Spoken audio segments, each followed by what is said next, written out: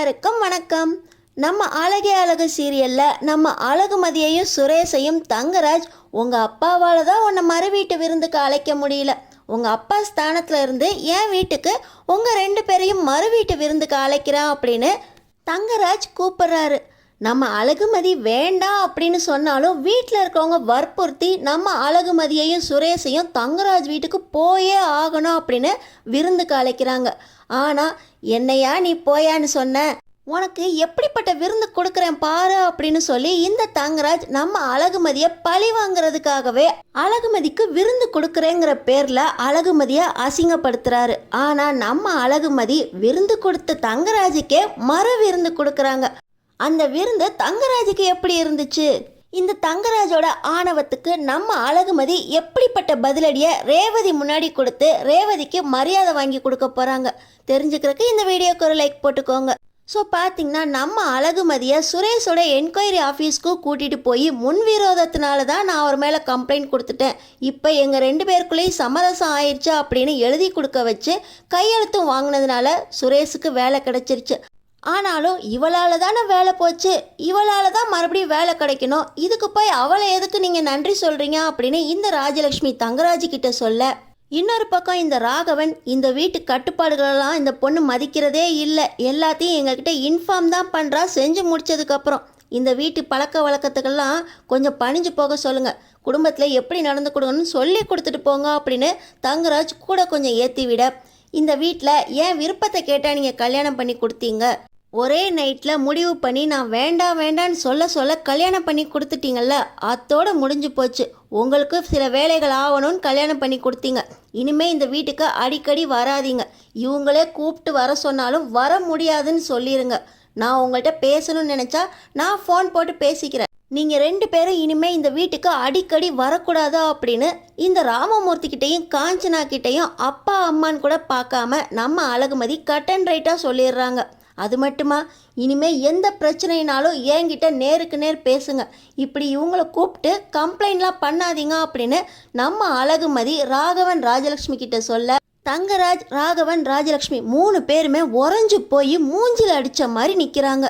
வீட்டுக்கு வந்திருக்கிற ராமமூர்த்திக்கும் காஞ்சனாவுக்கும் சாப்பாடு கூட போட்டு அனுப்பாமல் இப்போ இந்த ராஜலக்ஷ்மி அதான் வந்த வேலை முடிஞ்சிருச்சுல, உங்கள் பொண்ணு தான் அடிக்கடி வராதிங்கன்னு சொல்லிட்டாங்கல்ல, கிளம்புங்க அப்படின்னு ராகவனும் ராஜலக்ஷ்மியும் அனுப்ப, நான் தான் உங்களை இந்த வீட்டுக்கு அடிக்கடி வராதிங்கன்னு சொல்லியிருக்கேன்ல, நானாக கூப்பிட்டால் ஒழிய நீங்கள் இந்த வீட்டுக்கு வரக்கூடாது அப்படின்னு நம்ம அழகுமதியும் ராமமூர்த்தியையும் காஞ்சனாவையும் மரியாதை கிடைக்காத இடத்துல இருக்காதீங்க அப்படின்னு அனுப்பி வச்சிடுறாங்க.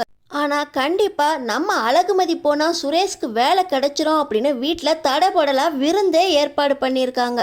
ஆனால் வீட்டுக்கு வந்திருக்க ராமமூர்த்தி காஞ்சனா சம்பந்தக்காரங்களே அப்படின்னு ஒரு வாய் சாப்பிட்டு போங்க அப்படின்னு சொல்கிறதுக்கு இந்த ராகவனுக்கும் ராஜலக்ஷ்மிக்கும் மனசு வரல. நம்ம அழகுமதிக்கு இதெல்லாம் புரியுது, ஆனாலும் இவங்கள்ட்ட எப்படி மரியாதை இல்லாமல் சாப்பிட்றது அப்படின்னு உட்காந்து சாப்பிடுங்கன்னு சொல்லாமல் அனுப்பியும் வச்சுட்டாங்க. இப்போ பார்த்தீங்கன்னா இந்த தங்கராஜ், மாமா வீட்டில் சாப்பாடு விருந்தே ரெடியாக இருக்கும் போல், சாப்பிட்டு போல மாமா, அதுக்கு முன்னாடி உங்கள்கிட்ட இன்னொரு விஷயம் சொல்லணும், இந்த ராமமூர்த்தியை நானும் பார்த்துட்டேன், இந்த அழகுமதிக்கும் சுரேஷுக்கும் கல்யாணம் பண்ணி வச்சதோடு சரி, மறு வீட்டு விருந்துக்குன்னு கூட கூப்பிடல, அவங்க சார்பாக நானாவது எங்கள் வீட்டுக்கு சுரேஷை அழகுமதியை விருந்துக்கு கூட்டிகிட்டு போகிறேன் மாமா, இதை மறு வீட்டு விருந்தான் நினச்சிக்கோங்க அப்படின்னு சொல்ல, உங்களுக்காவது தோணுச்சே மாப்பிள்ள, கல்யாணம் ஆகி 1 வாரம் ஆக போகுது, இன்னும் எங்கேயும் விருந்துக்குன்னு கூட கூப்பிடணும்னு மனசு வரல, பொண்ணை கட்டி கொடுத்துருக்கமே அவங்களுக்கு ஏதாவது சீர் சனத்தி செய்வோம், மறு வீட்டு விருந்துக்கு கூட்டிகிட்டு போய் ஒரு 10 நாள் சந்தோஷமாக இருக்க வைப்போம். ஆஹா, எங்க ஒத்த பைசா செலவு இல்லாமல் எந்த ஒரு வரதட்சணையும் கொடுக்காம பொண்ணை ஓசியிலேயே கல்யாணம் பண்ணி கொடுத்துட்டாங்க. வந்தம்மா பொண்ணை உட்கார வச்சாமா தாலியை கட்டினாங்களா அப்படின்னு அவங்க பாட்டு கிளம்பி போயிட்டாங்க. ஆஸ்பத்திரியில் ட்ரீட்மெண்ட்டுக்கும் நீங்கள் தானே மாப்பிள்ள காசு கொடுத்தீங்க, இப்போ கூட பொண்ணுக்கு ஏதாவது சீர் சனத்தி செய்வோம், மாப்பிள்ளையும் பொண்ணையும் மறு வீட்டு விருந்துக்கு கூட்டிகிட்டு போகணுங்கிற பொறுப்பே இல்லை மாப்பிள்ள. பாருங்க, அவங்க பாட்டு பொண்ணு கிளம்பி போன்னு சொன்னதுக்கப்புறம் கிளம்பி அவங்க பாட்டு போயிட்டாங்க, உங்களுக்கு இருக்கிற பொறுப்பு யாருக்கும் இருக்காது மாப்பிள்ள அப்படின்னு இந்த ராகவனு ராஜலக்ஷ்மி போட்டி போட்டு தங்கராஜை பாராட்டுறாங்க. இப்போ சுரேஷுக்கு திரும்ப வேலை கிடைச்சதுக்காக சந்தோஷத்தில் எல்லாருக்குமே விருந்துக்கு ஏற்பாடு பண்ணியிருக்காங்க மலர். அந்த விருந்தை எல்லாரும் உட்காந்து சாப்பிட்டுக்கிட்டு இருக்க, எல்லாரும் வழக்கம் போல் அவங்க சாப்பிட்ட எல்லா ஃபுட் வேஸ்ட்டையும் கீழே போட, நம்ம அழகுமதி எல்லாருக்கும் ஒரு சின்ன சின்ன பிளேட் கொடுத்து அதில் ஃபுட் வேஸ்ட்லாம் போடுங்க அப்படின்றாங்க. இது நான் உழைச்சி சம்பாரித்து வாங்கின வீடு. நீ சொல்கிறத நான் எதுக்கு கேட்கணும்? இதில் 4 கருவேப்பிலை எலும்பை போட தான் செய்வேன். நீங்கள் கை வச்சு அல்ல தான் செய்யணும் அப்படின்னு ராகவன் அப்படியே தான் போடுறாரு. இந்த தங்கராஜும் சேர்ந்துக்கிட்டு, சரியாக சொன்னீங்க மாமா, நம்ம வீட்டில் நம்மளுக்கு இல்லாத உரிமையா, இவங்க பேச்செல்லாம் நம்ம எதுக்கு கேட்கணும் அப்படின்னு அவரும் அப்படியே போகிறாரு. ஆனால் சுரேஷ், இவளால் தான் இன்றைக்கி வேலை கிடச்சிருக்கு, இவளை இன்றைக்கி முறைச்சிக்க வேண்டாம் அப்படின்னு அவர் அந்த பிளேட்டில் போடுறாரு. இப்போ ஸ்ருதியும் சித்தும் அவங்களும் சொல் பேச்சு கேட்டு அவங்களும் போடுறாங்க.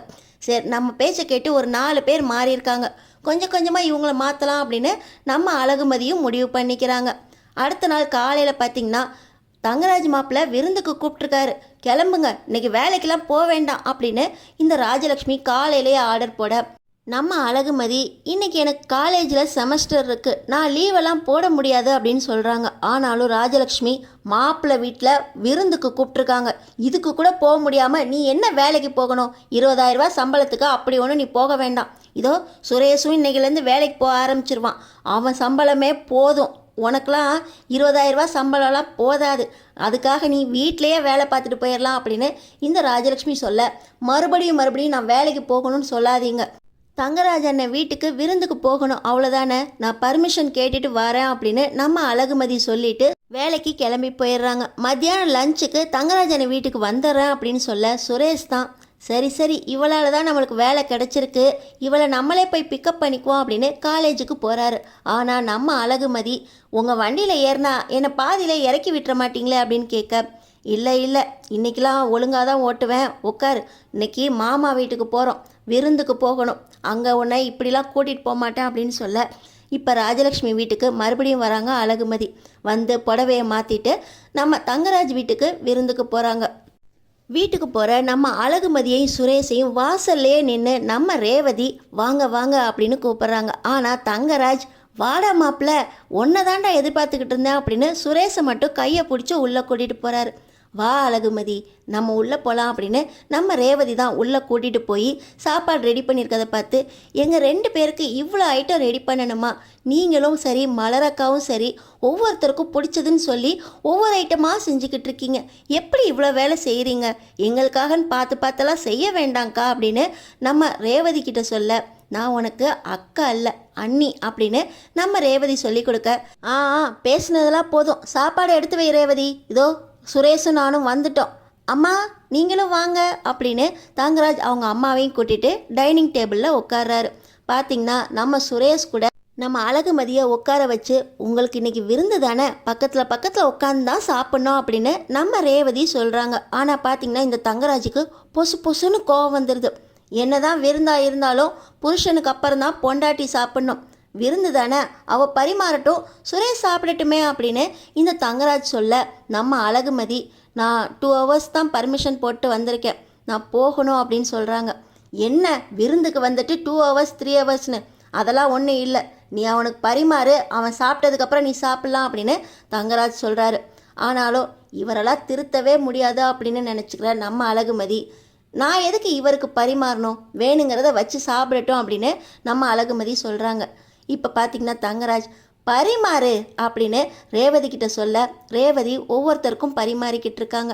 நம்ம அழகுமதியும், அக்கா நானும் செய்கிறேன்க்கா அப்படின்னு அவங்களும் சேர்ந்து பரிமாறிக்கிட்டு இருக்க, இந்த தங்கராஜ், மச்சான் இன்னைக்கு இது நல்லா இருக்குல்ல, அது எப்பவும் போல் உங்கள் அக்கா சமைக்கவே தெரியாமல் நல்லாவே சமைக்கலை, பார்த்து இத்தனை ஐட்டம் செஞ்சுருக்கேன்னு சொல்கிறா, ஆனால் எல்லாம் ஒரே மாதிரி தான் இருக்கா அப்படின்னு இந்த தங்கராஜ் நம்ம சுரேஷ்கிட்ட ரேவதியை பற்றி, ரேவதி வழக்கம் போல் சாப்பாடு நல்லாவே சமைக்கல அப்படின்னு வக்கனை அடிச்சுக்கிட்டே சாப்பிட்றாரு. ஆனால் சுரேஷ், இல்லை மாமா, அக்கா நல்லா தான் சமைச்சிருக்காங்க அப்படின்னு சொல்லிக்கிட்டே சாப்பிட, இப்போ ரேவதி, எல்லாம் நல்லா தான் இருக்குது சுரேஷ், அவருக்கு தான் நாக்கு செத்து போய் கிடக்கு அப்படின்னு நம்ம ரேவதி சொல்லிக்கிட்டே சாப்பாடு பரிமாற, என்னை பற்றி அவன் முன்னாடி இவ பேசுகிறாளா, இவளை என்ன பண்ணுறேன் பாரு அப்படின்னு சொல்லி வேணுக்கே சூடாக இருக்க குழம்பை எடுத்து ரேவதி அக்கா கையில் ஊற்றி விட்டு, சாரி தெரியாமல் ஊற்றிட்டேன் அப்படின்னு ரேவதியை தள்ளி நிற்க வச்சுட்டு, அழகுமதி நீ பரிமாறு, அவள் கையில் குழம்பு ஊற்றிருச்சா அப்படின்னு சொல்கிறாங்க இந்த தங்கராஜ். இப்போ நம்ம அழகுமதிக்கு கோபம் வந்துருச்சு. அவங்க என்ன பண்ணுறாங்க, அவங்களும் குழம்பு ஊற்றுறேன் அப்படிங்கிற பேரில் சுரேஷோட கையிலையும் தங்கராஜோட தலையிலையும் ஊற்றிடுறாங்க. தெரியாமல் ஊற்றிருச்சு, இங்கே பாருங்க, அவர் ஊற்றினோடனே அவர் தட்டி விட்டாரா, அவர் கையில் இருந்த குழம்பு உங்கள் மேலே ஊற்றிருச்சு அப்படின்னு நம்ம அழகுமதி சொல்ல, இதை எல்லாமே சாப்பிட்டுக்கிட்டே பார்த்துக்கிட்டு இருந்த இந்த தங்கராஜோட அம்மாவுக்கு கோவம் வந்துருச்சு. டேய் தங்கராஜ், இதுக்கு பேர் தான் விருந்தாடா? ஒவ்வொருத்தரும் மாற்றி மாற்றி கீழேயும் தலையிலையும் ஊற்றிக்கிட்டு இருக்கீங்க.